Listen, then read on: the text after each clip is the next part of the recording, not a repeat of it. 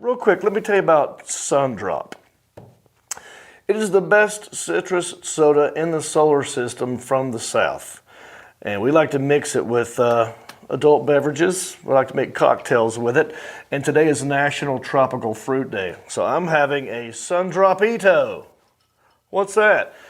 It's like a mojito, but made with Sundrop. Yeah, see, a mojito is usually white rum. Oh my gosh, that's good. White rum, right? Sugar, lime juice, soda, and mint. But instead of lime juice and soda, I just use Sundrop, baby. It's a Sundropito. It is delicious. I say we get the show going. What do you say, the Alan Jackson? Let's do it. Just a country boy, and he's making it good. He was y'all's underdog, dressed in bib overalls, living next to the woods. Likes to eat sushi, but he don't even fish. Not so much a country boy, it's more like he's country-ish. Moved down to Hickory, headed for Southern Cal. Wound up on TV and films, making popsicle proud. Now this country boy is back with his family. Got himself a podcast, he knows it'll last, 'cause he's in Hickory. Ladies and gentlemen, Mr. John Reed. I'm John Reed. Thank you. What up, peeps? Welcome to episode 189 of Country-ish. And today's show, it's going to be very intimate. It's going to be like being stuck on a hot, deserted island with me in the tropics. Just me, you, and the old Alan Jackson back there. But we're going to get through it. We're going to have a good time. In Best Trends, we're going to talk about Miranda, Lambert, and Jason Aldean getting all heated up. Also, I got more residual checks for you guys. That's right. Call in later at the end of the show for your chance to win one of my residual checks. How much is it? I don't know. I haven't opened it yet. You have to call in later to find out. So, but first, I want you to know that we're live right now on Facebook, YouTube, Twitch, maybe Twitter, and I like to be interactive with you, right, in real time. So leave me a comment. Talk to me, all right? Now, usually I've got interns up in here checking your comments and fact-checking me and all that stuff, but it's just me today. I'm going to try and do my best to get down here every now and then, look at your comments, and then come back up here and make eye contact with you, right? I'm multitasking. It's kind of like Max Headroom up in here. But let me ask you a question. What's the hottest temperature that you've ever experienced in your life, right? It's been very hot out recently. I know firsthand because I was just in Greenville, South Carolina, Spartanburg Sauna, Steam Room, and Sweat Lodge. And I did a show there. Very hot. So, but that's not the hottest I've ever felt it.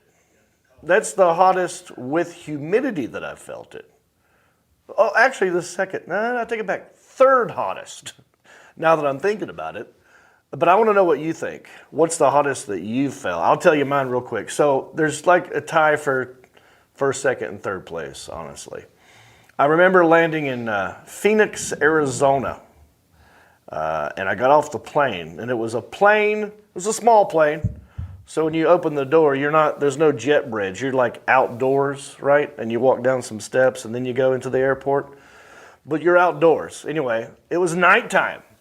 I got off the plane, they let you out, and all of a sudden, this heat just hit me. It was a dry heat, but it's still very hot.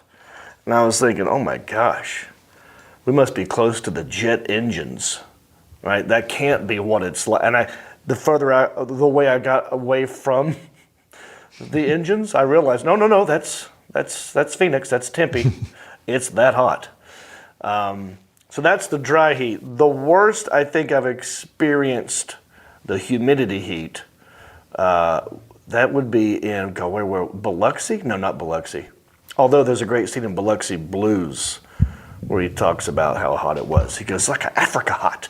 But no, I'm thinking of, oh God, no, Beale Street, Memphis. Yeah, I was doing a show in Memphis.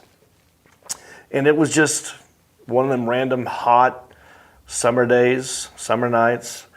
And I was performing at a comedy club that was on Beale Street, but it was also very close to the hotel that I was staying at. And I remember like, I got ready for the show. I took a shower, did my hair up nice, and I brushed my teeth. I think I even ironed some clothes. I used to iron things back in the day. Every now and then I do reserve the right to iron my jeans. I'll do that. I'll put a crease in there sometimes at the bottom. Just the bottom, just where the shin is. I don't do the line all the way up to the crotch. I do just if I have time and I'm bored. Okay? I'll do that. I've ironed socks one time because they were... Really? You iron socks? Well, because it was cold. Yeah. And maybe it was the third time I'd worn them. And I didn't, I was away from a washer and dryer. But I did have cologne. So I just ironed it, kind of like steaming it, Yeah. Anyway, I've been known to do it. Long story short, I realized that I'm going to walk to the comedy club from the hotel in Memphis. And I was nice. I looked good, ready to go. By the time I got to the club, it was so hot that it looked like I had just jumped into a swimming pool and got out. I'm like, why did I even bother taking a shower? That's the hottest I've felt it. So, but what say you? What's the hottest you've ever felt anything? You got one coming to mind, the Alan Jackson? So I took a trip to Thailand. Oh my gosh! One time. Yeah, and that was hot. Because it was hot and it was like 100% humidity. Right. So I mean, it was rough. Yeah. How long were you in Thailand? For about a week. No kidding. Yeah. When was this? 5 or 6 years ago. Oh man. Yeah, Suzanne and I went. And, Where did you go to Bangkok? we did. Mm-hmm. Yeah. Wow. It was pretty cool. I want to go. Yeah, it was. I mean, it was a cool place, but it was. I mean, it was summertime. It was a hot place. It was freaking hot. Yeah. Yeah, I want to. Well, you and I, we've been to Russia together. Right. Not exactly super hot. Right. From what I remember. But I do want, one of my bucket list destination things is I want to go to an Asian country. Either, Thailand would be great, Korea, Japan, China even. I mean, I'd like to go experience that culture. I've never done that. So that's on my bucket list. But yeah, leave in the comments section. Maybe I'll get to your hottest story at the end of the show. I'm going to try not to look down so much. You know what I mean? Out of respect to you, the viewer. But I say we get right to our first segment. Now, what I do here, and this segment is brought to you by Hendrick Honda Hickory. That's right. Are you in the market for a new vehicle? How about a used vehicle? Well, are you hungry? How about a hot dog? They actually have hot dogs down there at Hendrick Honda Hickory. And hot deals. So go to Hendrick Honda Hickory and tell them John Reap sent you, and they'll hook you up. All right, what I do here, I basically go to Twitter, or maybe either Threads or Instagram, whatever. I go to one of them social media places. I click on the hashtag. I find out what it is you're talking about, and I weigh in on that subject matter. It's how you know we're in the know. I call it, ooh, it's the best trends. Here's what you're talking about, right? Okay, thank you. Wow.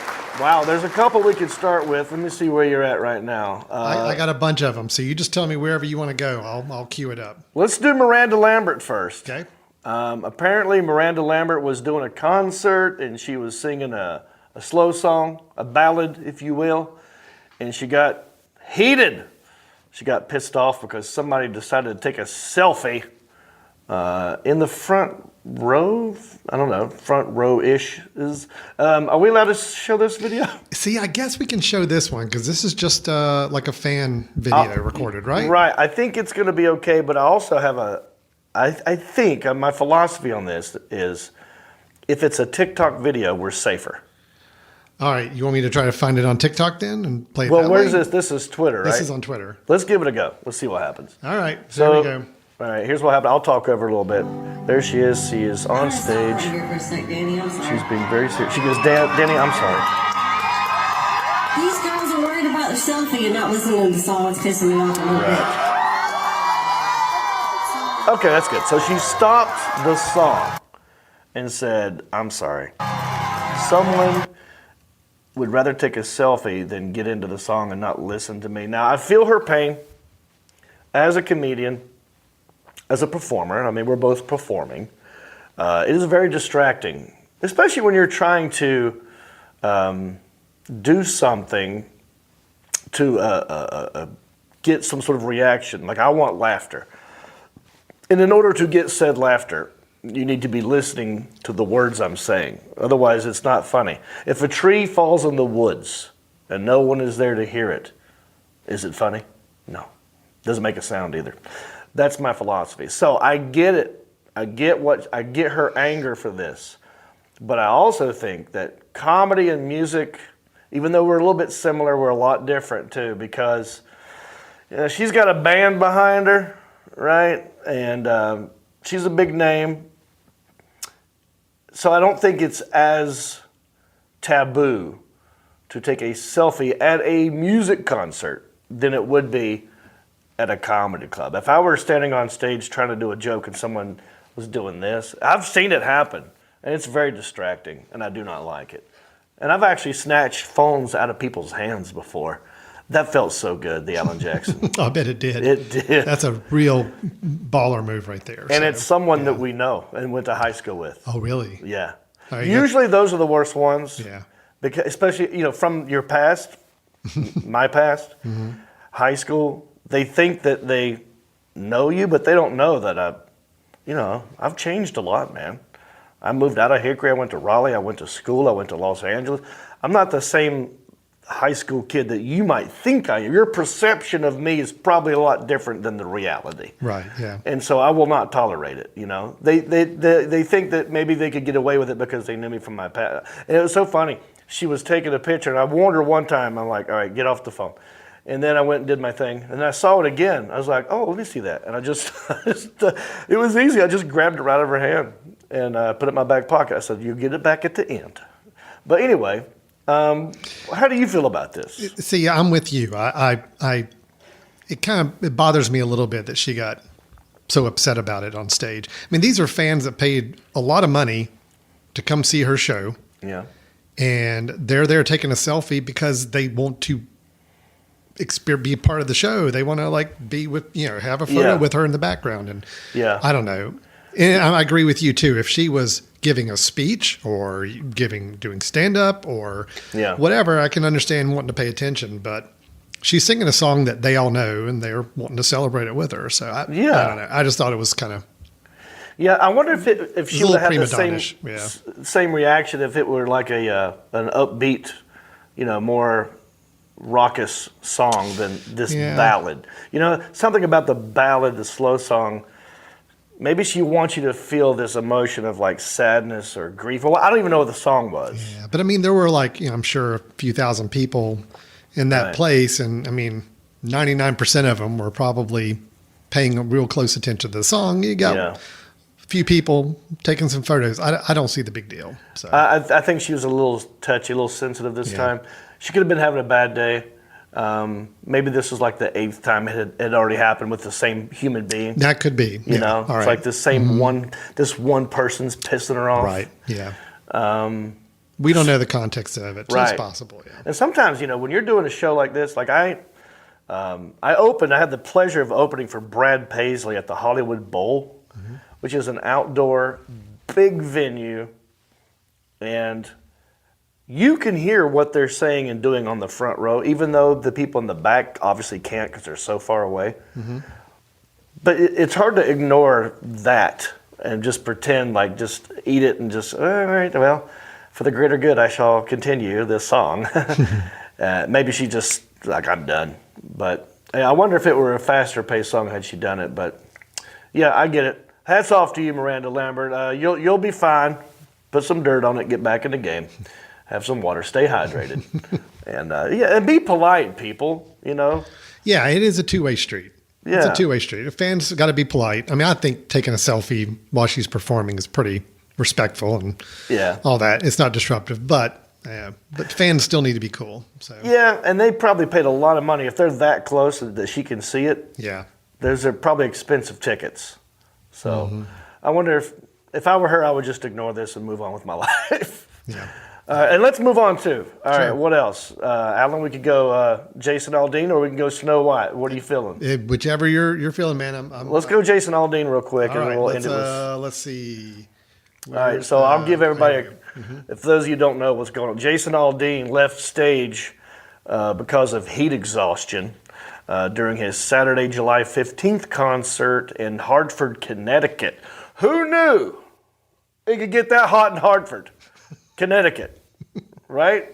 Where they have wolves that run around in the snow. But anyway, yeah, it's very hot up there. Apparently, he goes, these are his words. He said, "It was hot out. I was playing golf all day yesterday." Well, there you go. Well, that might have been something there. So I mean, come on, you got a big concert that night. Shouldn't you be conserving your energy? I mean, John, when you have a concert at night, I mean, don't you like stay in a kind of in a like in a tank? You know, I have one of those Michael Jackson hyperbolic oxygen chambers. Right, you stay in that all day. I Up travel until the time for the show. Yeah. I'll sleep. Well, I'm pretty much a vampire. The sun tries to kill me every time I go outside. I stay indoors. My priority in that town is the people who are paying to see me that night. So I will purposely not do things during the day, just so I can be well rested. That's because I love my fans more than Jason Aldean probably does. Not a big deal. But anyway, he was playing golf all day yesterday, and then he says, I got to the show, and there was a combination of dehydration. Okay, well, you got to stay hydrated. And just heat exhaustion. He said, I hear a lot of stuff going around like it was a heat stroke and all this stuff. I don't think it was quite that serious, but it was pretty intense that night at the show. He went on to say he knew the heat exhaustion was coming, but that he tried to get through as much of the show as he could before exiting the stage during his song, Crazy Town, to receive medical attention. Now, Crazy Town is the 13th song on his set list, and that's out of his whole concert's 22 songs. So he's about halfway into his concert before he had to say, too hot for me, too hot to handle, I'm bouncing, and just walked off stage to get medical attention. He said, I knew it wasn't going to happen, and I was just trying to get off stage and figure out what was going on. Have you ever had that happen, Alan? Have you ever been so hot that you've had to seek medical attention? No. Me either. Never been that hot. I mean, I've you know, I guess it's in the same. I've had a couple instances of passing out and getting out of a hot tub. Have you really? Yeah. Oh, wow. Yeah. I think it was because I didn't drink enough water and I wasn't hydrated and it was hot outside. I got in a hot tub and then I get back out and it kind of knocked me, but never from like just heat, you know, out in nature. Yeah. So did you actually faint? Oh yeah. Oh, wow. Yeah. Yeah. I don't know if I've ever fainted. I have fainted on with hot tubs and with when I have massive bleeding on my body. That's, man, I'm sorry to laugh at that, but no, there's something funny with a grown man fainting. Yeah, no, I agree. It's embarrassing. I don't like it. Yeah, right. I don't like the idea of I'm no longer conscious and everybody around me is able to see me. I don't like I'm going to go to sleep right now. Yeah. I know I look fine to you, and I should be having a good time in this hot tub and on concert and perform. And I'm going to take a nap. Right now. Right now. Yeah. I saw. Do you know Chad Hunsucker? Yeah. Mm-hmm. So I used to work. Chad Hunsucker, shout out, love you, buddy. We used to work at Henry River Golf Course together. Mm-hmm. First time I saw someone faint, and he. Some people will faint at the sight of blood. Yeah, yeah. You know, I think he was one of those guys. Back then, we were young kids. We were like 13, 14, mowing grass it was hot, mowing grass at a golf course with a push mower. up these things, Anyway, it was a wet day, and the grass had got caked on the blade underneath the lawnmower. Yeah, yeah. And so we had to flip it over, and we were kind of scooping off the grass, but he grabbed the blade instead of just trying to, anyway, grabbed the blade, did like that, cut his hand. Oh, geez. Ooh. And then I remember him, it's almost like that scene with Michael J. Fox in Back to the Future, where he just looks at his hand like this, but he sees blood coming out of it. He goes, "I'm bleeding." And he just fell down. I'd never seen anyone faint before. I thought he was joking. Right. So I just started laughing. I was like, "That's funny, good one, Chad."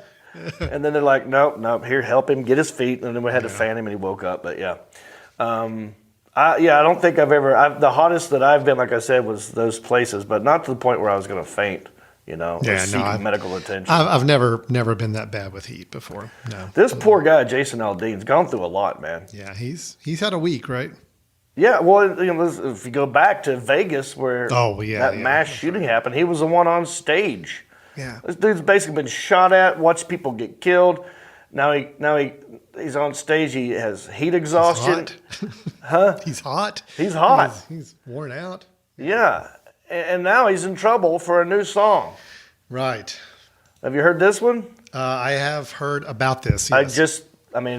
This just happened. And by the way, let me go on record as to say, I got nothing against Jason Aldean. I actually I've never met him, but as far as I know, he's been very hospitable to me because every time I go to Nashville and I go to his restaurant, they treat me so good. I've eaten for free there before. My 50th birthday party, me and my buddies were in there having a good time. They have an awesome steak, this tomahawk steak, so big, it's juicy, one of the best steaks I've ever had. So, I love me some Jason Aldean for those reasons. But this song I just heard today, right? And it's called "Try That in a Small Town." You try that in a small town. And he's getting in trouble, apparently. I don't think he's really in trouble. But this is what people are talking about on the Twitter sphere. This is what's trending. His lyrics, I'll read you what we got here. It says, "When you grow up in a small town, it's that unspoken rule of we all have each other's backs and we're looking out for each other. So far, yes. Check, agreed, I'm with you. Hell yeah. It feels like somewhere along the way that sense of community and respect has gotten lost. I agree. Deep down, we are all ready to get back to that. Agree." He said, "I hope my new music video helps y'all know that we are not alone in feeling that way. Go check it out." And here's some of the lyrics. "Got a gun that my granddad gave me." Okay, I have a gun that my dad gave me. Right? They say one day they're going to round up. They say one day they're going to round up. I don't know what that means. Well, that shit might fly in the city. Good luck. Try that in a small town. See how far you make it down the road. I think he's talking about rounding up all the guns, like taking the guns away. Gotcha. Yeah. He's basically saying don't even try it. Right. Yeah. Yeah. Good luck. Yeah. I mean, in my opinion, there's a lot of guns. I think they said there's more guns than people in America. Is that a thing? I don't know if that's true. I don't know. Right. There's a lot. There's a lot. There's a lot of shootings going on. I feel like something's got to be done. I don't know what the solution is, but yeah, he's saying good luck trying to round up the guns. Yeah. Well, it's going to be hard to take a gun away from someone who has a gun. They might shoot. It's good logic. Yeah. Good luck with that. So yeah, I agree. I don't see anything wrong with these lyrics at all. I mean, I agree with his sentiment. It's getting crazy. It's crazy town. You just watch the news. You'll see people walk into a CVS and just take whatever they want, and no one stops them. There's not even a sense of urgency when people are stealing things. There are people getting sucker punched in cities. The homelessness is out of control. So yeah, I happen to agree with you, Jason Aldean. And I heard the song right. We can't play it because, YouTube, Facebook, we'll get flagged. Isn't that funny? We'll get in trouble for talking about how he's in trouble. Right. We get in trouble for talking about how he's in trouble and for helping promote his song. Yeah. We get in trouble. Right. I'm just flipping around, just showing pictures of it. That's basically it. But yeah, so here's what he said on Twitter. He just put this out. In the past 24 hours, I have been accused of releasing a pro-lynching song. I didn't get that from that at all. I read the lyrics. I did not get the lynching No. reference at all either. He goes, it's a song that has been out since May, by the way, and was subject to the comparison that I, direct quote, was not too pleased with the nationwide BLM protests. What does BLM stand for? I'm kidding. These references are not only meritless, but dangerous. There is not a single lyric in the song that references race or points to it. There you go. And there isn't a single video clip that isn't real news footage. And while I can try and respect others to have their own interpretation of a song with music, this one goes too far. So, as so many pointed out, I was presented... No, he goes, as so many people pointed out, I was present at Route 91, where so many lost their lives, and our community recently suffered another heartbreaking tragedy. No one, including me, wants to continue to see senseless headlines or families ripped apart. Try that in a small town. For me, refers to the feeling of a community that I had growing up, where we took care of our neighbors regardless of differences or background or belief, because they were our neighbors. And that was above any differences. My political views have never been something I've hidden from, and I know that a lot of us in this country don't agree with on how we get back to a sense of normalcy where we go at least a day without a headline that keeps us up at night. But the desire for it, that's what this song was about. I got no problem with this. I agree with everything the man has just said. So, hats off to you, Jason Aldean. This one blow over a second. It must have been slow music, So, there we go. I have no beef with him either, as long as he doesn't try to sing another Bryan Adams song on stage. So that's it. Right. Alan doesn't have any problems with the words he says. It's when he tries to sing them. Right.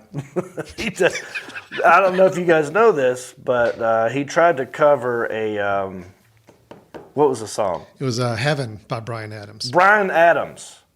Yeah. So him and Bryan Adams sang a song together in downtown Nashville live for some country award show.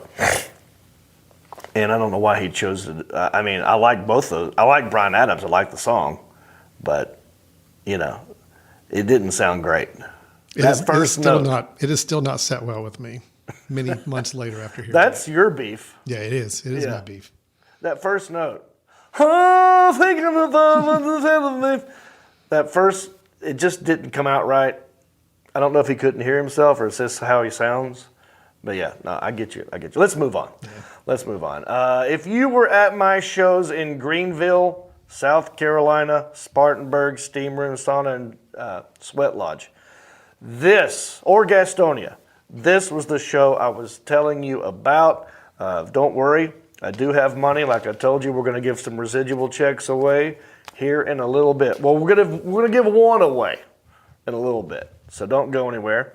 I saw when I was in Greenville, Brent Blakeney and I, shout out Brent Blakeney, 6'7" of Twisted Steel and Sex Appeal. That is Sebastian's line that he also stole from somebody else. Anyway, we went to see the new Indiana Jones movie, and I loved it. I thought it was great. And I got to say, the CGI has come a long way in a short amount of time. Like, they first tried it, well, not first, but I guess it may be the same director, Spielberg or whoever. I don't know, I'm probably getting this wrong. But the most recent time I saw it was a new Star Wars movie where they put Princess Leia at the end of it after she passed away. And you could tell it was a little bit off. It was still very good. But in that amount of time, it has gotten, I want to say, 100 times better. Alan Jackson, have you seen the new Indiana Jones movie? Yes, I have. And what are your thoughts? I liked it too. I thought it was really good. I enjoyed it. There's a lot of people hating on it online, but I don't understand why. I liked it. I thought it was fun. Well, before I find out why they're hating on it, let me tell you what I love about it. Mm-hmm. Time travel. Mm-hmm. Anytime there's a movie with time travel, you got me. I'm going to watch it for that, see where they go with it, what they do, because I'm fascinated by that question. Like, what would you do if you could travel backwards or forwards in time? Where would you go and why? I think that's a fascinating question, you know? Yeah. The great thing about it is if you could do it over and over again, many times, and it wouldn't take you over a second to do all of it. So, John, if you could time travel to any period of time at all, only one time though, where would you go? Only one time? Just you only get one location to go to. Dang, see, I didn't know that. You put a stipulation on it. Just one time period. If you had to choose one. Okay. I would probably go back to, like Michael J. Fox, 1955 or somewhere around there, to see what my dad was like in high school. Yeah. Because I only know him as a dad, you know. So, but growing up my whole life as the funny redheaded kid of David Reap, you know. Yeah, that would be. I heard stories cool. about him that are legendary. Even before I experienced my own stories with him as a dad, there were stories about him. And I would love to go back and experience that. Yeah, I think that makes good sense. Yeah, that's a good idea. Without changing doing a butterfly effect or the time-space continuum. You don't want to like interact with them. Well, I kind of mess up the like you said, the space-time continuum. You just want to see what he's like. I guess that's the safest way to do it. Yeah. Although it would be tempting, I would want to interact with him, probably. You know. What if I did that and go back and I don't like him? Yeah, there's that danger. Yeah. What about you? I mean, one time. One time. I don't know, man. Yeah, I'm kind of fascinated by the 50s and 60s time period too. You know, anything further back than that, it's like, I mean, I can see what happened in history by watching a documentary or whatever. I mean, it's like, yeah, it'd be cool to go back to some of those times, but I want to go back and see, you know, I want to see this town at maybe the turn of the century and see like my grandparents when they were young and what life was like. That would be kind of cool. Maybe in the 20s, 30s, 40s, somewhere in that before time. Air conditioning. Well, yeah, there's that. All right, so that's cool. Well, no, we talked about going to the past. Now, you know, would you go to the future? Now that's a good question too. I would love to go to the future. Yeah. But what I'm afraid of is how far do I go? And what if I go so far into the future that there is no planet Earth anymore? Oh, then you're and now screwed. I'm stuck just floating in space. Kind of like one of the three evil guys from Superman 2. Yeah. Like you're in the Phantom Zone. Yeah, I'm in the Phantom Zone. What if I get stuck in the Phantom Zone because I didn't choose wisely my destination in the future? That's a good point. I would like to see how far technology... I would go in the future. Okay, we're in 2023 now. I think I would go... Gosh. And you know what's funny is like nothing changes faster than the rate of change. So time goes like this. Technology. I'm talking about technology. Yeah. It goes like... So I don't think you'd have to go that far in the future to see some interesting changes. I mean AI. If you go ahead 25 years, things could be kind of crazy then. So. I mean, I would love to live long enough or move forward in time far enough to where there could be good, safe space travel tourism. Okay. You know, kind of like what's happening now, but they're going up there for what? 7 minutes and coming back down? Yeah, right. You know, wouldn't it be great if you could take a trip to the moon and vacation there? I mean, I think that's all possible in the future. So I don't know how many years in the future, but I think I'd like to see that. Yeah. I wouldn't mind seeing, like, just for a brief moment, like what my kids or grandkids are like. But then again, you worry, like, what if something's not good for them, and then you know about that, and that kind of screws things up. Yeah. Anyway, whatever. Well, I'm not going to time travel. I think there's just too much danger. I'm good here. I don't think it's possible either. Is it not? Well, here's the thing, and this is why I love this conversation. Mm-hmm. Did you see the Flash movie? I did, yeah. Okay. Mm-hmm. Now, that explanation of time travel I really liked because, you know, if we're, I know we're losing a lot of the country type people right now. Listeners are dropping. Mark like is flies. bounced. I'm afraid to look at the comments section, but you know, if you look at the Back to the Future time travel thing, right? They say you go back, and it's like linear, and then something happens, and it offshoots another. Now you've got two futures that do exist simultaneously, but they're all different. Right. In the Flash, it wasn't a line that did it, it was bubbles. And there were multiple outcomes that have already happened and continue to happen and have always happened. Like, did you see the Superman Nicolas Cage? Oh, yeah. That was awesome. I high-fived myself when I saw that. Yes, that was anyway, really cool. I love time travel, but I like time travel too. It hurts my head to think about it too much. So right. It's tough. That's why I love watching movies about it, because I want to see where did the director or writer choose to go with this. So, John, you know, if people are kind of tuning out of this conversation, great. We'll just use this as a good plug to remind them that you have a new podcast that will be starting up here very, very soon. Yes. Audio podcast in addition to the show here that we can explore this kind of conversations, and you can go down that path a little bit more. That's right. Yeah. It's going to be called AI, Absolute Ignorance with John Reed. And we're going to explore the science technology side of me that exists, whether you like it or not. It's out there. And if you'd like to take that journey with me, we're going to talk about AI, artificial intelligence, and it's how it can change the future, and even comedy, and we're going to have fun with it. I want to see if AI can write. I want to be one of the first comedians to do this, which means I got some work to do, but I think we could do it if y'all do it with me.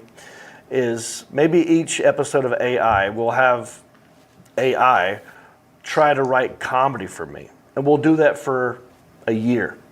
And at the end of a year, I will take what AI wrote, tweak it with my own sensibilities, and I'll have a whole new hour of stand-up comedy, you know, driven by AI. I want to be the first comedian to do that. So maybe you can help me. Anyway, that's coming in the future. But yes, let's get back to the movie. I did enjoy Indiana Jones. Yeah. Why are people not liking it? I don't know. Yeah, that's the thing is I just heard a lot of people bashing on it. But did you think the CGI was good? Yeah, I thought it was. I mean, look, you could tell it wasn't really him if you really look close, or you could tell it was a de-aged version of him. But it worked for me. I thought it was fun. Yeah. I thought it worked pretty good. The only problem with that, I mean, I liked the movie a lot. They de-aged him in the face, but they didn't de-age his voice. Oh, right. His voice still sounded like an 80-year-old man. Yeah. So it was just a little weird, you know, hearing him talk. Yeah. The voice sounded so old when you're looking at a young version of his face. They could have totally done that. I don't know why they didn't do it. I don't know why they did. But, so it was a little long. A little. It could have knocked out 30 minutes of it. I did like the ending, though. Yeah. I thought the whole ending was pretty cool. Yeah. It's a typical, I mean, Spielberg, probably one of the greatest movie directors, producers of all time. Like, I don't think I've seen a bad Steven Spielberg movie ever. You know, he's got it, the formula down pat. And when you watch a Spielberg movie, you know, oh, okay, it's at least going to be interesting. He made his own life interesting a little bit. The Fablemans. Oh, yeah. I thought it was a little interesting. It was a little over the top, but. So, yeah. I mean, John, I don't want to be the film nerd here, but so Spielberg did not direct this movie. Okay. Did he have anything to do with it at all? Not really, no. Wow. This is what's great about that. I spoke so confidently. You did. You actually had me convinced for a minute. I thought, oh, wait a minute. Maybe Spielberg did make this. It looked and sounded just like it. Who did it? It's a guy named James Mangold. I'll guarantee you he talked to Steven Spielberg. Hey, I'm sure they talked and all, but the Spielberg supposedly had nothing to do with it. Well, it was fantastic. But it was definitely inspired by Spielberg. I think the score, even the no, score. the score was John Williams. He was the same guy who did the score. So you got that right. Okay, John Williams. That's what I meant to say. Did I say Spielberg? I meant to say John you meant to say Williams. They're very similar. I get it. Right. Yeah. All right. So that's what's going on.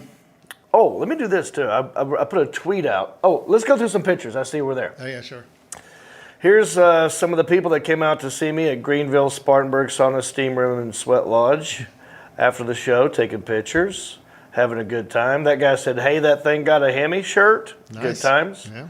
Thanks for coming out. That's me trying to tell people, don't worry, if you're passing out, if you're having hallucinations, that's the Creator trying to talk to you, give you a message. Okay? Embrace it. So, shout out to everybody that came out to see me. Hey, what's this? Oh, that was in Gastonia. I performed at the Caramount Health Park baseball stadium where they have the Gastonia Honey Hunters. And I did a show there. And I went on the field to make it look like I was throwing out the first pitch. I was just posing. And that's AstroTurf, by the way. The whole field is fake turf. It's pretty cool, though. It looks nice. Yeah. Yeah, it looks very well manicured. Yeah. And they had my face on the big screen in the back. So that was just a photo op. All right. But we had a good time. A good show. They could use help with the lighting and the sound. Other than that, it was fantastic. The people who came out was good. Now, something else I've been noticing, I watch the news. Robert F. Kennedy Jr., right? He's running for president. Now, number one, he's got a speech disorder. He's talked about this before. I forgot what it's called, but when he talks, it's hard to listen to him. But he's an interesting character. He's got a lot of opinions on vaccines and whatnot, and I don't know anything about any of that.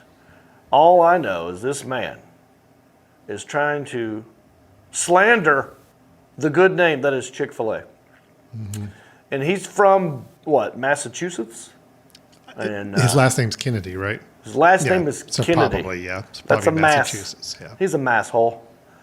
And is there a quote of what? I want you to know what he said, and then we're going to go over it, and then I'll tell you how I responded. So you want me to play him saying this quote? Maybe, if we can tolerate listening to it. I think we can do it. All right, let's give it a shot. So, all right, so we'll play I'm just going to play the part that you're referring to. Okay. Trump is going to have to go through a series of debates in his own political party, presumably, and to have President Biden not going through his own debate process and getting in shape for that is like asking a prize fighter to train for a championship fight by sitting on a couch and eating Chick-Fil-A. He should be out there showing what he can do. Mm-hmm. President Biden. Okay, so here's my beef. No pun intended. Eat more chicken. Why is he throwing Chick-fil-A under the bus as an example of poor health, right? My whole history, my childhood is filled with many memories of football coaches saying, don't be lazy, don't be sitting at home drinking your RC Burpsy Colas and eating your moon pies, right? I've heard many people diss McDonald's for having unhealthy food. This is the first time I've ever heard anybody throw Chick-fil-A under the bus as an example of bad, unhealthy food. There's so many other fast food chains and places you could have chosen to use in that example. Yeah, and he's not even from the South. Yeah, like that's the part that's a little off-putting. He's not going to win any votes this way in the South. You can't come down here with your highfalutin Massachusetts accent. Even though you, whatever that is you got, and come down here and make fun of our Chick-fil-A like that. So I just put this on the Twitter. Why does Robert F. Kennedy Jr. keep dissing Chick-fil-A? Hey, RFK Jr., why don't you pick on a fast food restaurant from your neck of the woods? Yeah, did you know that born in Dorchester, that burger from Wahlburgers has 1,010 calories? That's 2 beef patties, Swiss cheese, bacon, sauteed mushrooms, and tomato jam. Whereas a regular Chick-fil-A sandwich has 420 calories. Do your homework and put your shirt back on, you lunk. Yeah, he's been walking around shirtless, showing off his body. And he looks great. I mean, he does look good. I wish I looked like that at this age. Let alone his age. So my only beef was, I don't understand why we're throwing Chick-fil-A under the bus. You know what I mean? And like Chick-fil-A, actually, I mean, they've got grilled chicken, they've got salads, they've got wraps. I mean, of all the fast food places, there's so many others you could pick out that are like known to be unhealthy. But Chick-fil-A's, I'm not, look, fried chicken is still, it's still fried chicken, but of all the places. Exactly. If I were on his team, I would say, you're not going to win any votes in the South if you throw Chick-fil-A under the bus. Yeah. They have a pretty loyal fan base.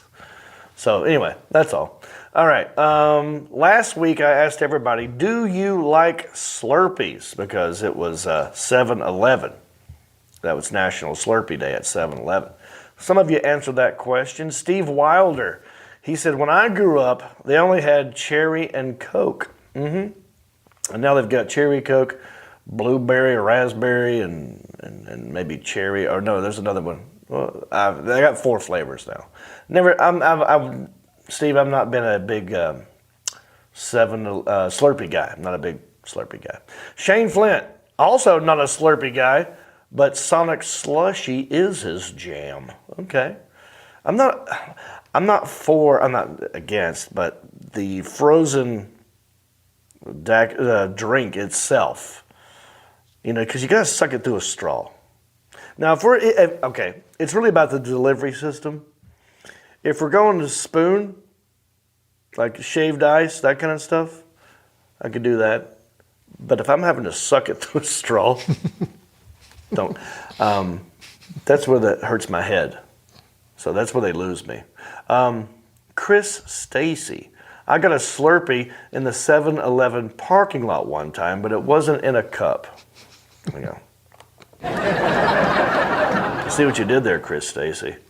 That's dirty. If y'all didn't get Chris Stacy's joke, he's talking about a blowjob. All right. Shane Flint, the Indiana Jones movie was top notch. I agree with you, Shane. I enjoyed it. Rodney James Denton, he said he stopped. Oh, wait, let me do it right. Talking about the small town news story last week where a nurse got fired or lost her job because she was having an affair with a patient and having sex with him in the parking lot, and he died, and she didn't report it. So this is in reference to that. Rodney James Denton. He stopped loving her today. She pulled his dick and now he's gone. I wanted to do it justice, Rodney. Jonathan Holloway, he says, hello everyone from Louisiana. This is the best podcast show. Thank you very much, Jonathan Holloway. I agree. Rick Sanford III, dang it, Isaiah. Now I can imagine you in a hole in Buffalo Bill's basement getting yelled at. It puts the Slurpee on its skin or else it gets the hose again. It does what it's told. Thank you, Rick Sanford III. Yes, and thank you, Isaiah, for being a team player. Isaiah's stepped up recently. We've gotten a lot of shares because we make Isaiah do crazy stunts. So thank you. And the only reason that we're doing this scaled down version today is this: we're just down some people in the production side, right, Alan? Yeah, so it's basically just me in the studio. Yeah. And I can only do so much. Right. So when it's just me, I can only handle you. Right. So I don't want you guys at home doing the conspiracy theories of why did John fire everybody? No one's. By the way, I don't pay them.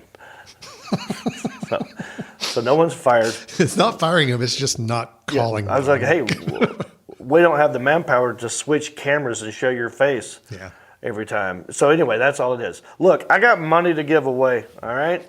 But don't go anywhere because we got more show to do. We'll be back with more country-ish right after this. All right. Oh, hold on, John. No, it's fine. I'm doing this all myself. So That's right. Hold on. I gotta give me just a second and make sure I got everything right. I'll have some of my sun dropito. Okay. While you hit buttons. I think I'm ready now. Hold on. Okay. Yeah, I'm good. Here we go. We'll be right back. This donkey ain't moving. I thought it was a mule. I thought it was a jacket. Yeah! Hey, stop being so stubborn. You want me to tell him? Make it a sun drop. Well, that makes sense.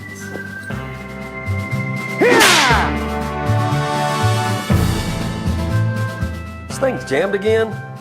Does anybody know how to fix a paper jam? I'd tell you what I'd do. I'd make it a sun drop.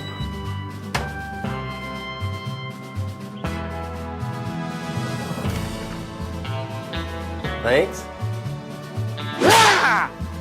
What do you want to do? I don't know. What do you want to do? I'll tell you what y'all do. What's going on here? Y'all make it a sun drop. Remember, when you're in a tough spot, you make it a sun drop.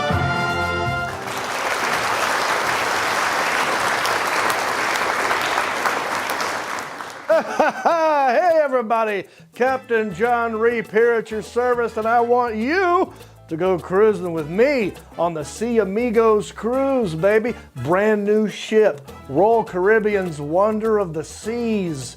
It's the world's largest cruise ship. Come aboard! I'm expecting you November 5 through 11, baby. Comedy, karaoke, podcasting.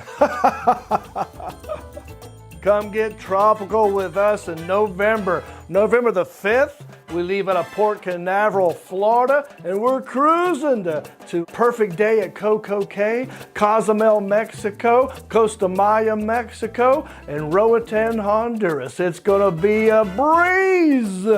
We're doing an 80s, 90s karaoke themed night. Come dressed to impress for that. We're doing stand-up comedy from yours truly and other friends.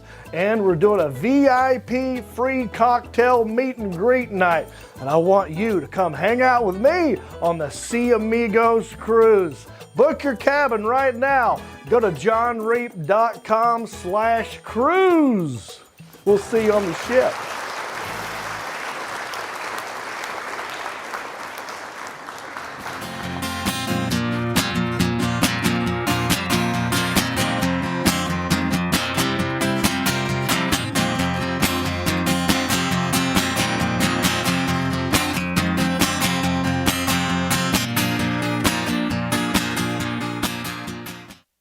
All right, yeah, so I want to say this. I got money to give away. Also, I have a card here. Well, I don't have a card. It was sent to us by Samantha Dawn Kingston, Country-ish podcast, care of Sebastian and Lisa. So, Sebastian, next time you come in here, Samantha has a card for you. All right. Well, we can get right to the money if you'd like. I got residual checks right here. I want to give a shout out real quick, and I could do this at the end of the show, but I want to do it right now.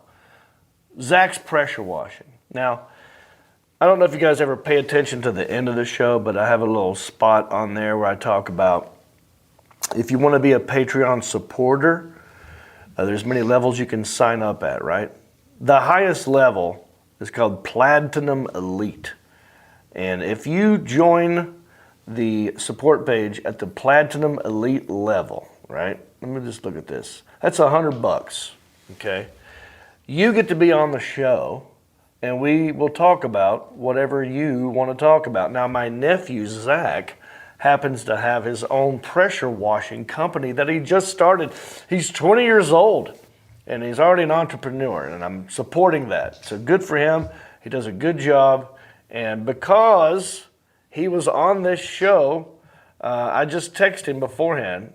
He said he's got 6 new clients from just one episode of being on Country-ish. So this is what I'm trying to tell you, right? Do you have your own small business? Do you want to get some more business? Be a part of the Platinum Elite level of Country-ish, and maybe you will have. It's already paid for its damn self. That's what I'm trying to tell you. All right, let's give some money away. What do you say, the Alan Jackson? Yeah, sounds great. Okay. Now, are you able to look at comments right now? No, I am not. Okay.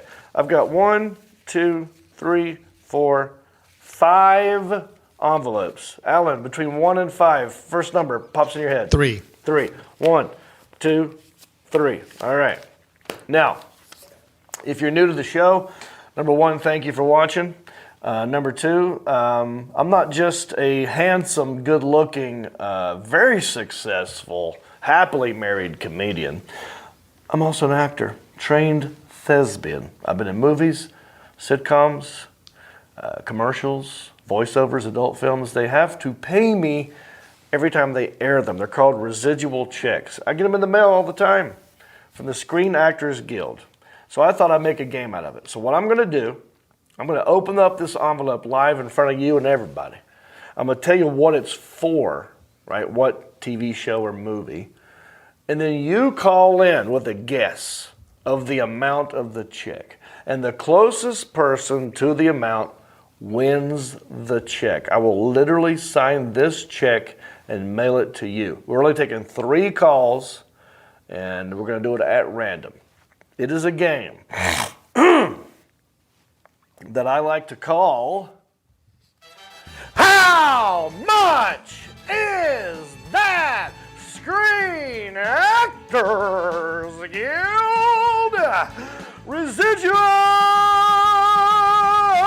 Check? Thank you. That was good. Oh, thank you. All right. We got 1 check right here. Now, normally we do in-house guessing so that you guys will know how to gauge your guess. But there's nobody in here today. It's just me and you and the Alan Jackson. Yeah. So we don't have that well, if luxury. do you want me to make a guess just so we've got some advice for the listeners? Because I have not seen the checks. Yeah, we can do this. Yeah, I can make a guess, right? And I can tell you how far off. Yeah, just tell me if I'm hot or cold or whatever. Got you. Yeah. All right, so this is for 1 episode of Eastbound and Down on HBO. One of my favorite, proudest accomplishments was being a part of that. In fact, me and my wife are watching Righteous Gemstones right now, and it's great. So anyway, this is 1 episode of Eastbound and Down. Chapter 22 is for pay television. 1 check, pay television, chapter 22, Eastbound and Down, the Alan Jackson. How much is this Screen Actors Guild? So I'm really bad at this. I'll go ahead and tell you. That's why I never play. Yeah. $12. $12 even, lock him in. All right, so now, see, you at home, you're thinking, well, I don't know how much this check would be. I don't know if it's a penny or if it's $22,000. I have no idea. Well, that's where this part comes in handy. Alan Jackson has guessed $12.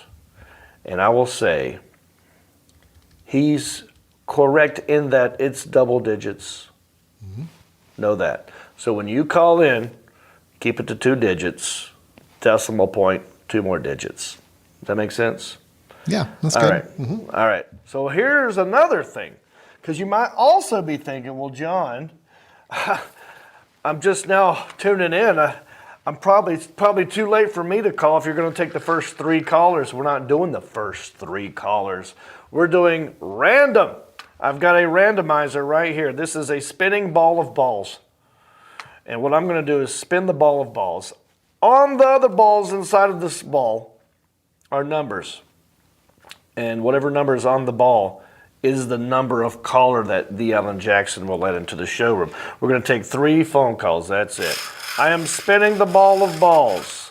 Let's see what we've got here. All right, there it is. First caller, caller number. Oh, how do you get the ball out of here? I've never done this because it's always Mark or Sebastian. All right, here it is. Caller number 27. 27. The Alan Jackson, whenever you're ready. All right. That color number Running 20. this all solo back here, so just hang tight. Let me make sure I can do this. 27, you said? Yep, color number 27. 27. 27. All right, caller 27 is in the room. All right. Hey there, this is John Reap. Who are you? I'm your tow bro from down here in Florida. It's Eddie Weber. Eddie Weber. All right, buddy. How you doing, man? Man, just living the dream. It's been hot and miserable out here. Oh, I bet it is super hot in Florida. In your lifetime, is this the hottest it's ever been for you, or have you experienced hotter? If so, where? To be honest, it almost feels like it's getting hotter each year. Yeah. Maybe it just might be me getting older, but man, it almost seems like it's gaining each year. Right. I wonder what that's. What if that has a name? Global warming, I think. I don't know. It feels that way. I'm not a scientist, but my body knows what's up. Yes, All sir. right. We're starting to sweat in places that we don't remember. That's right. Okay, Mr. Weber, it's good to see you, buddy. Good to hear from you anyway. What part of Florida? Just north of Pensacola. Just north of Pensacola. All right. Have you seen Eastbound and Down on HBO? Oh, absolutely. Okay. This is for one episode. You get the first guess. The Alan Jackson guessed $12 even, but he didn't get it exactly right. What is your guess, Eddie Weber? How much is the Screen Actors Guild residual check?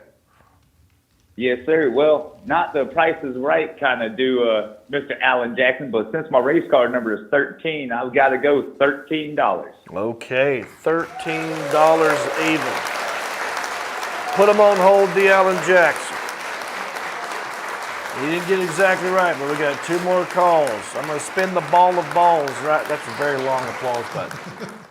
I'm spinning the ball of balls. I got another ball right here. Caller number, oh, wow. This is Brian Bosworth's number from the Seattle Seahawks, 55. The Alan Jackson, whenever you're ready, let caller number 55 into the showroom. Caller number 55 is in the room. All right, this is John Reap. Who are you? I think it's me, Jake Stark. Jason Stark. Correct. Hey, what's up, Mr. Stark? I'm just surprised I made it. How's it going? I'm doing good. I got your name right this time. Sometimes I pronounce it Stark. Well, actually, I'm pronouncing it wrong to make it easier. It's like Stark. I have to ask my cousin. He knows it. Wow. It's sorry. So, go ahead.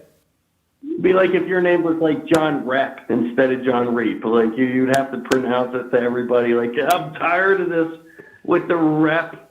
It's Reap. Right.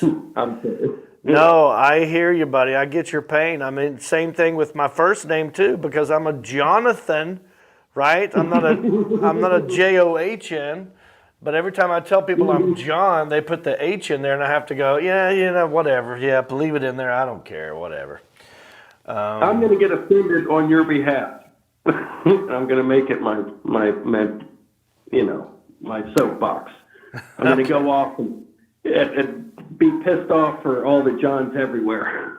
I appreciate that. Have you ever seen H? You have to use the permission. All right, I'm sorry. No, you're good, buddy. I'm glad you called in. Remind people where you're calling from. I'm from, as Stamos says it, I'm from Pottsville, PA. I'm just kidding, Pottsville. Oh, Pennsylvania. Yeah, Stamos isn't there today, but he's always saying, like he said Pottsville the one time, and I wanted to be told. Yeah, that's good, man. So is it hot where you're at? It actually is now, but I'm in an air-conditioned building, so I'm good. Good. I want you safe and secure and stay hydrated, okay? Don't pull any Jason Aldeans on me. How much is this Screen Actors Guild residual check? I don't know. Between 12 and I might go with $11. Ooh, screw it. okay. I'll go under. You're doing the undercutter. So we got one guy went above Alan Jackson by $1, and we got another guy who went below Alan Jackson $1. Now, all I said was keep it the double digits. You know, it could be $99, but you're locked in. Put them on hold, the Alan Jackson, and we'll get one final call, and we'll see if they can do any better. I have spun the ball of balls. I'm picking my ball right now, and I can't get it out. It's in there. Color, but I can see it. It's color number 26, the Alan Jackson. Whenever you're ready, let color number 26 into the showroom. All right, 26 is in the room. Hello there, this is John Reap. Who are you? Keith Hill. Yeah, who's this? It's Keith Hill. Keith Hill? Yes. Oh, what's up, buddy? How you doing? I'm good, buddy. How are you? I'm having a good time tonight, you know? Just me and Alan and you guys. Where you calling from? Ontario, Canada. Oh, Ontario, Canada. Oh, I got to ask you a question. I mean, is it hot where you're at right now, and can you see smoke? Yeah, you can smell smoke, and it's humid out, pretty humid. Wow. Yeah, so how bad is it? I mean, is it like hotter than it's ever been for you up there, or is the fires really, are they that bad? Are they still raging? I don't know what's going on up there right now. It all depends on the way the wind's blowing. If the wind's blowing south, then we get the smoke. If it blows any other direction, we don't get it. I mean, we're getting it down here. I mean, you know, so Alan, did it seem hazy for you today? I mean, today was a pretty hazy day. I'm wondering if it's still the Canada smoke. Yeah, I think I'm kind of used to it by now. It's been hazy for a while now. Yeah. Keith Hill. Now, Yep. I'm trying to think. Wasn't there a R&B singer named Keith Hill? I don't know about that. I believe there was. I'm going on your... No, Johnny Gill. I'm thinking of Johnny Gill. Way off. Way off. Yeah. All right, Keith, from Ontario, Canada, up there. Appreciate you. I'm booked on your trip, too. I'm going on your cruise. Oh, yeah, buddy. I'm all booked in. Me and you and everybody else. There's about 100 of us. Yeah, it's going to be a great time. Yep, and we're going to be far away from Canada and North Carolina. And there'll be no smoke except for whatever we got, what we brought with us. You know what I mean? I hear you. All right, Keith. You're the final caller. No one's gotten it exactly right. I'm curious, you know, in Canadian dollars. How much? No, it's the same. $10.35. Ooh, $10.35. Lock him in, the Alan Jackson. All right. Now, normally what we do here is I hand this off to an intern. They hand it to Alan. He does his algorithm calculations. But today is going to be different. We've got 3 guesses on the table. Now, Alan, I'm going to try and do the math myself this time. Oh, are you sure? Do you need to bring you out a calculator or anything? Well, I've got my iPhone here, and I'm going to see if I can. We're going to do it by committee. Like I'll see if I'm right with the closest person in my math and my calculations. Right. And then I'll show the check, and then people at home will correct me if I was wrong. They will let you know if it's not right. Yeah. Exactly. We'll do math by committee. Okay. Now, tell me the guesses again. Do you remember? Yeah. So the guesses are: we have a $13 guess, we have an $11 guess, and we have a $10.35 guess. Okay. I think I know who won. Okay. And it's whoever's guess was $13. Okay. Okay. Because the actual amount of this check, I'm going to show you, $28.06. So if my math is right, that means the $13 is the closest. You are correct. All right. Let that person back into the showroom and let's talk to him a little bit. All right. Should be Mr. Eddie Weber back on the line. Eddie Weber.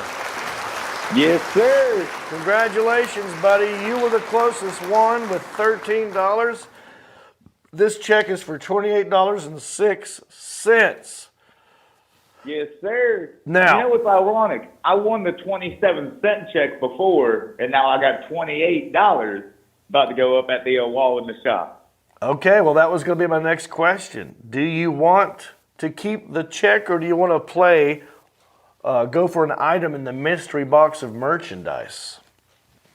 Well, you know what? Matter of fact, I think I'd rather go for something in the box. Okay, the Eddie Weber. I like your style, buddy. So what I got back here is this box right here. You might be wondering what are the contents of it, right? What's in the box? Hold on. I'm sorry. No, it's okay. Hold on, here we go. What's in the box? What's in the box? Here we go. What's in the box? What's in the box? Thank you, Brad Pitt. Well, we're going to find out. I'm going to play the claw game. I'm going to put my hand in here, the Eddie Weber. I'm going to pull out some random item, and that's what you're going to be stuck with. Okay, you ready? Yes, sir. Okay. Say when. Now. Now. Okay. Congratulations, Eddie Weber in Florida. You just won a T-shirt, and it's it's an old T-shirt, and I don't know if it's true anymore. I don't think it is. Maybe some parts, but it says "Welcome to America, redneck, white trash, blue collar." Huh? That's yours, I my love friend. it. Congratulations. Yes, Don't worry, sir. I'm also going to put in there a koozie and maybe some other little fun items just for calling in and watching the show, buddy. I appreciate that. My koozie's getting worn out. We're going to get you a new one. Right? Yes, sir. Okay. All right. Thank you all for calling in and playing. That is how we play the game. How much is this going to check? All right. Hey, Eddie, Thank you, brother. all you have to do is go to countryish.com, the website, and just fill out the contact form and give us your name and mailing address, and we'll get that out to you. Boom. Exactly Absolutely. right. Thank you, Mr. Jackson. All right. Hang up on him. Okay. So, as you guys know, there's a lot of weird, irrational national holidays out there. Did you know that today, not only is it National Tropical Fruit Day, it is also National Caviar Day. Mm-hmm. Yeah, you ever had caviar? Right? A little roe on toast. The day also raises awareness about the survival of the sturgeon. In simple terms, caviar is sturgeon fish eggs. There are several species of sturgeon fish. As a result, the caviar produced varies in colors depending on the species. Caviar is full of protein and vitamins. You ever had caviar, the Alan Jackson? I have. Yeah, a long time ago. Yeah, well, technically, when you have sushi and there's fish eggs on it, isn't that caviar? Or is it only sturgeon? I don't know. I think it's got to be the sturgeon for caviar. I've not had that kind of caviar. I've not had those kinds of fish eggs, but I've heard it's very salty and very fishy. What are your recollection of this? Yeah, see, I don't do fish, so right away you lost me with fishy. Okay. So, yeah. I don't touch the stuff. But when you think caviar, you think, oh, high society, rich people love this stuff. How? Why would you ever develop a taste for that? Do you think it had to do something with the idea that just because it was a hard to get item, and it's just, it's more the idea of eating caviar than it is like whether it was actually good? I think you might be onto something there. It's more about like how many people had to struggle to get me these fish eggs that I'm eating today. Right. Yeah, that's it. I think it has something to do with that. In fact, I like to do a prep for this show. Mm-hmm. I got today's newspaper. I went to Lowe's Foods and tried to get myself a Hickory Daily Record. They didn't have that. And I thought, well, I'm here. I got to get some mint, for my Sun-Drop-Ito. I got me some mint. And I also was like, well, I got to get some caviar. I'll go to the, fish department, seafood area. Right. And I wish I recorded myself asking people, where's the caviar? There's none to be found. But I also ran into the guy who owns and operates the Hickory Tap Room. This is no joke. He was in there. You know, at Lowe's Foods, you can walk around with a beer.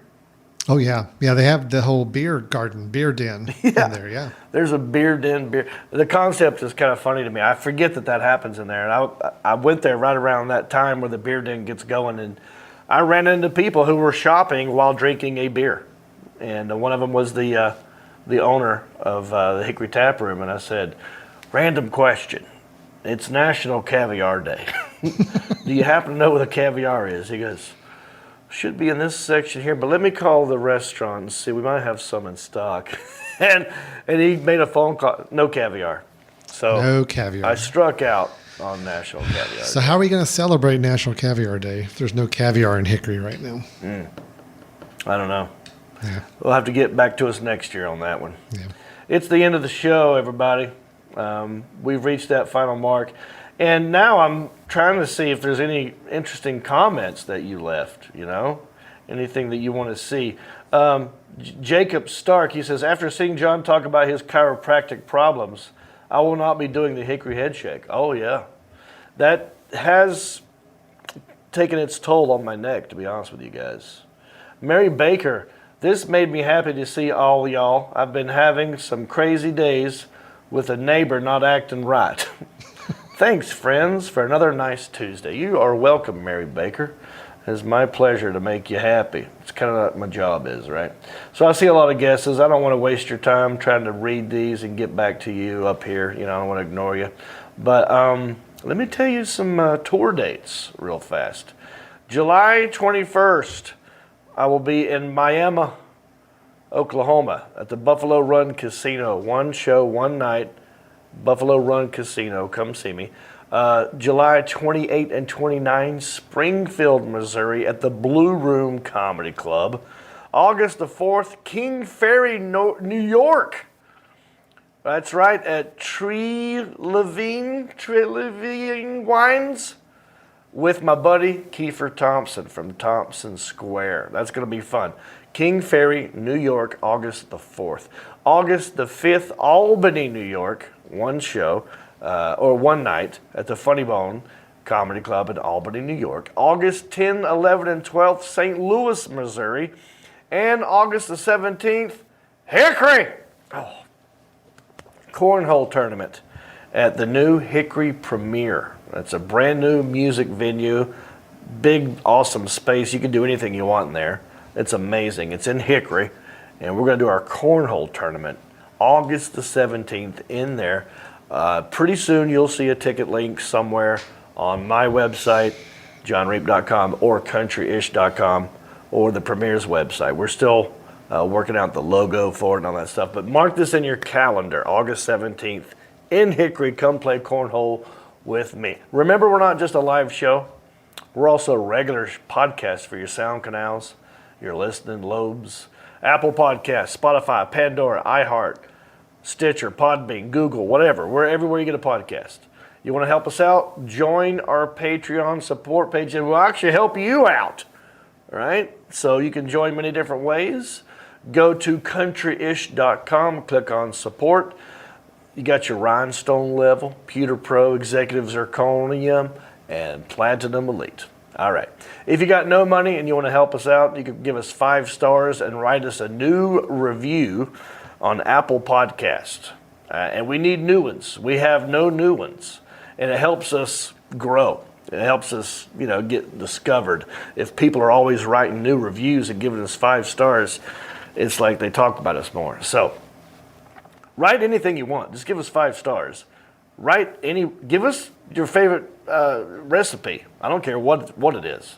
And we'll read it on the show. I'll have my Hayseed Gen Z intern Isaiah read it. All right, D. Allen Jackson, I'm going to wrap this one up. Anything I'm forgetting? No, I think you're good, man. Good.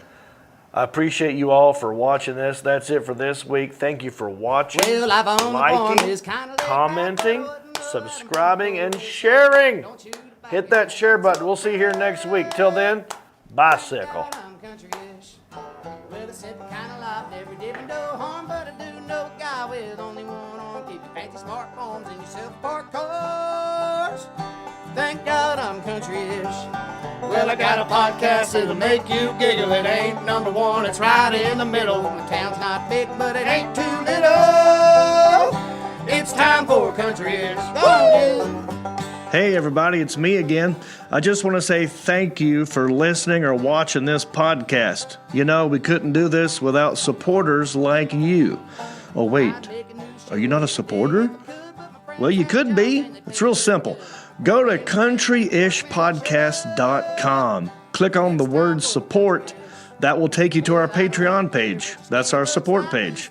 And from there, you can support us many different ways. There's different levels. You got $5 and up. You got Pewter Pro, Rhinestone level, Executive Zirconia, all the way up to Platinum Elite, and all of them come with different rewards. We're talking hats, t-shirts, ginger beard masks, even be a guest on the show. You got to check out our Patreon page. Go to countryishpodcast.com, click on support, and thank you.